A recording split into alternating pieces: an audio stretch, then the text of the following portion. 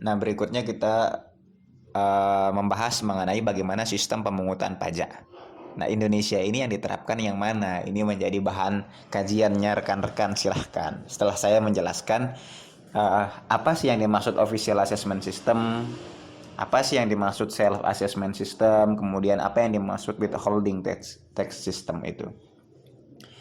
Jadi official assessment system ini sebenarnya dia sistem penetapan pajak itu bergantung pada administrasi perpajakan, ya. Jadi sepenuhnya dia bergantung pada bagaimana kegiatan administrasi perpajakan itu sendiri yang dilakukan oleh uh, lembaga atau dinas-dinas terkait.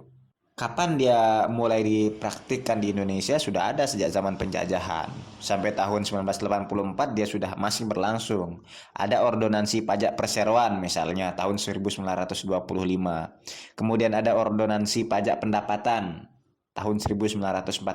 Itu adalah ketentuan-ketentuan perpajakan di Indonesia yang menerapkan official assessment system. Jadi kalau di dalam sistem official assessment system ini ya, pemungutan pajak oleh administrasi perpajakan itu dia diawali dengan kegiatan mendata wajib pajak. Jadi wajib pajak didata dulu, didaftar dulu wajib pajaknya. Nah, menjelang akhir tahun pajak, nah sebelum penetapan pajak itu dikirim dulu surat pemberitahuan atau SPT-nya yang harus diisi oleh wajib pajak. Apa isinya SPT itu? Itu informasi tentang omset usaha misalnya. Itu harus diisi oleh wajib pajak itu sendiri. Biaya pajak yang dikeluarkan berapa selama usaha tersebut, hartanya, hutangnya dan sebagainya. Nah, berdasarkan informasi yang ditulis di dalam SPT ya oleh wajib pajak itu baru akan dihitung besarnya penghasilan kena pajak. Ya, dan kemudian itulah yang menghasilkan besarnya pajak terhutang. Besar pajak terhutang inilah kemudian yang dituangkan dalam surat ketetapan pajak namanya ya, assessment notice atau KOHIR dia disebut kalau di dalam perpajakan, dan kemudian akan disampaikan kepada wajib pajak untuk dilakukan pembayaran. Jadi apabila utang pajak itu timbul ya setelah wajib pajak menerima surat ketetapan pajak tadi ya yang fungsinya untuk memberitahukan besarnya utang pajak pada tahun tertentu yang harus dibayar, maka itu disebut paham utang pajak formal yang digunakan ya. Apa saja yang dimuat di dalam surat ketetapan pajak atau KOHIR itu? Ya di sana ada nama wajib pajaknya, ada jumlah pajak yang harus dibayar oleh wajib pajak gitu kan, dan sebagainya. Nah, dalam pelaksanaannya sebenarnya ada kendala juga terhadap administrasi perpajakan. Seringkali pembayaran pajak tidak tepat waktu karena biasanya surat ketetapan pajak itu baru diterima oleh wajib pajak bisa bertahun-tahun kalau itu dulu kasusnya itu kan. Nah, ini menjadi problem pada waktu itu. Jadi ada banyak kelemahan daripada official assessment system ini ya. Misalnya ya tadi tadi kita sudah bahas. Jadi penetapan pajak kemudian waktunya lama, tidak efektif, tidak efisien, ya. Apalagi waktu itu belum ada komputer untuk membantu melakukan penetapan pajak. Kemudian ya kalau wajib pajaknya jujur. Bagaimana kalau dia mengisi data tidak jujur? Nah, itu menjadi masalah kelemahan di dalam official assessment system ini. Itu. Dan itu akan berdampak pada pemasukan kas negara. Contoh simpel saja, saya punya PT ya. Dia bergerak di dalam bidang distribusi bahan pokok misalnya, kebutuhan rakyat. Dia berkembang pesat, kemudian dia peroleh laba yang besar. Kemudian apakah tahun ini saya akan kena pajak? Nanti dulu. Itu kan. Saya akan kena pajak kalau sudah menerima tadi itu yang kita katakan di atas surat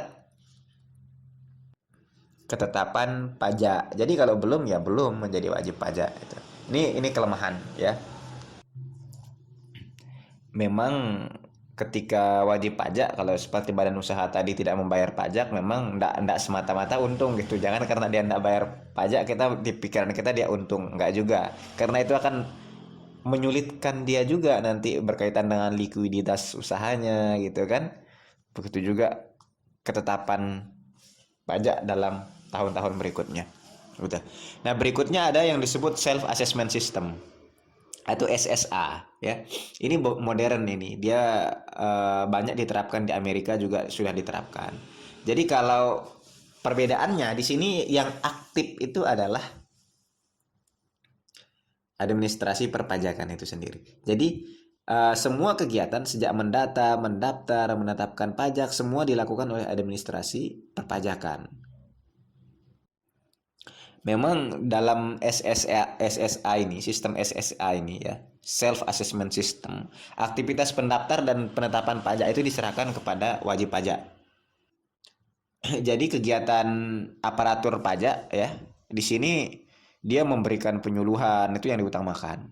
Ya, kemudian dia memberikan berbagai kemudahan kepada wajib pajak, melakukan pengawasan termasuk memberikan sanksi perpajakan apabila wajib pajak melanggar ketentuan di dalam undang-undang perpajakan tersebut. Hampir mirip dengan yang tadi ya. Dimana di sini wajib pajak itu dia diberikan kepercayaan menghitung sendiri, menetapkan besarnya pajak terhutang, membayar pajak sendiri, gitu kan. Jadi dia melaporkan sendiri, nanti dibantu oleh petugas perpajakan. Nah, cuman di sini kan masalahnya adalah dia tidak bergantung pada surat ketetapan pajak yang tadi. Jadi ada atau tidak ada itu tidak menjadi masalah gitu.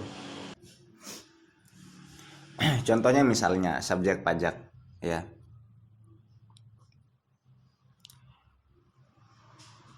Apakah PT baru yang baru didirikan dapat secara langsung berpartisipasi di dalam pembayaran pajak melalui sistem SSA ini? Ya berdasarkan ketentuan yang tadi ya yang saya jelaskan tadi, maka sejak dia didirikan PT itu dia sudah menjadi wajib pajak.